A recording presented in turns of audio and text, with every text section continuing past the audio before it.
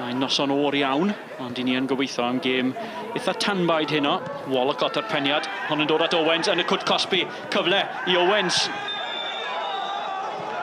A'r dyfarnwr yn pwyto at ysmotyn. Owens wedi lorio, does na ddim llawer o gwyno gan amddiffynwyr Aberystwyth, efallai ambell i fraich. Ac ysgwydden cael ei codi. Callum Morris, 9 gôl y barod y tymor hyn. Yn paratoi. Ac yn gwasgu honna. Heibio i McCormick yn y gôl yn erbyn y postyn a gosod yr ymwelwyr ar y blaen. Mae'n y bêl arall dros y top yma. Madi wedi curo'r amddiffyn. A Madi'n erbyn y golwr. Yn syth i ddwylo diolchgar iawn Danby.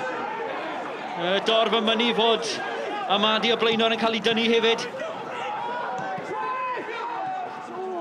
Madi'n colli meddiant. A Cei Connah yn neidio i'r ymosod yn syth. Bacare, gwaith da, gwaith dyfal. Pas da hefyd, ac Owens yn methu cyfle i redd. Mae Wigler nôl, oddi ar y linell. Owens am yr ail! Cei Connah'n dathlu. Ar ôl hanner awr. Yr ymwelwyr ddwy dim ar y blaen. Owens yn casglu gôl. Blaenwr wedi bod yn ddinistriol ac unwaith eto efallai camsyniadau gan amddiffyn Aberystwyth. Walker yn trio ail gychwyn pethau. Ar ôl rhoi cyfleon i Cei Connah, maen nhw'n parhau i wneud. Dyma Morris, trwy'r canol, mae Wignall eisiau ddim, mae Wignall i derbyn i! A rhywsut. Rhwng y postyn a McCormick, mae Wignall yn methu sgori trydydd Cei Connah. Disney eto. Bacari'n cael ei ddal. Madi yn trio ryddhau Kellaway. I fentro yn erbyn yr amddiffyn. Kellaway'n oedi, mae yna gefnogaeth yn cyrraedd. Goodall, y cefnwr canol sydd yna. O bellter, yn rolio ddi. At Madi! A gol! Rio Madi, y gwrw i'r ran. O dan bwysau, ond yn gelfydd iawn. Yn derbyn y bas gan Goodall, ar ei drod chwyth yn crymanu honna'n hyfryd heibio i'r golwr. Cei Connah greu cyfle arall, pêl dros ben yr amddiffyn at Wignall. Wignall yn ei chodi ddi dros ben McCormick! A'r gŵr ifanc Jack Rimmer ar y linell yn achub i dîm. Golwr McCormick, fe gath McCormick faneg iddi. Rimmer yn ddigon effron, ddigon cyflym hefyd. Tafliad hir tuag at Spittle.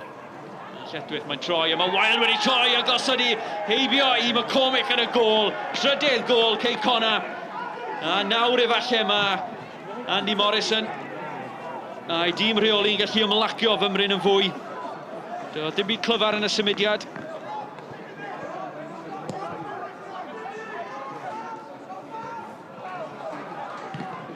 Bacare ar y mil y cwrt yn tanio. Bacare eto, hanner cyfle. Y troi, y gosg i honna. Heibio i Terry McCormick. I mewn i gefen y rhwyd. Pedwaredd Cei Connah ar trippwynt yn hollol ddiogel bellach. Holmes. Nôl at Spittle. Trio gwasgu hon i'r canol. Ac mae wedi dod i'r canol ac mae yna bumed. Y Parker wedi rhwydo. McCormick y golwr ar lawr. Yn gofyn. Ble oedd y cymorth, ble oedd yr amddiffyn? Mae Owens yn casglu fi. Morris yn cyrraedd y tu fas iddo fe. Gwaith da. Either gan fod Bacare sy'n mentro ac yn curo Jenkins. Bacare i linell gôl yn troi yn parhau i ddarganfod. Cyfle arall am chweched. A Rob Hughes yr eilydd sydd yn dathlu. Bacare unwaith eto yn curo Jenkins y tro yma. Yn mentro heibio i Mendes a gosod hon ar blat i Rob Hughes. Yeah, without a doubt, you know, Aber's always traditionally a tough place to come. It has been for a long time, and to score that amount of goals and create that amount of chances, then, you know, we're really, really pleased. You know, it possibly could have been a little bit more, but we'll take what we've got, and, you know, and it's always good for our goal difference. When it went 3-1, the game was dead and buried, and we should be experienced enough to know you're not going to get back in the game and make sure you don't concede again. But for some reason, we're trying to score a goal the other end, and when you're doing that against a full-time team with their resources, you're going to get punished, which we did. But, you know, you look back at the first half, we didn't start great. I didn't think it was a penalty. I thought Rio Amadi was a penalty. You know, I thought the third goal was definite handball before the throw in.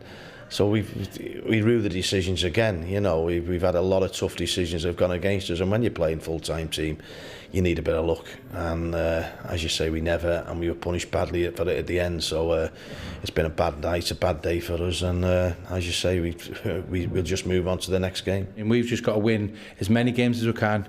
Be relentless, be professional, look after ourselves. You know, as we do.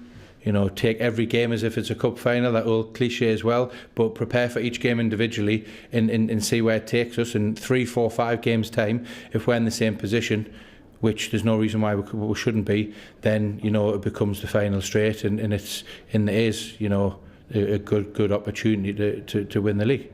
I've just said to the players there, whether in the top 6 or we're in the bottom 6, we're still playing for the same position, a European playoff place. So we've got a lot to play for. You know, we've got a small squad, and you know, I believe in them players in the dressing room. And as you say, they're hurting in there because you say we've had a bad run for the last month, and it happens. It happens in football, and you just need that bit of luck, don't you? And unfortunately, the last 3 or 4 weeks we've run out of our luck.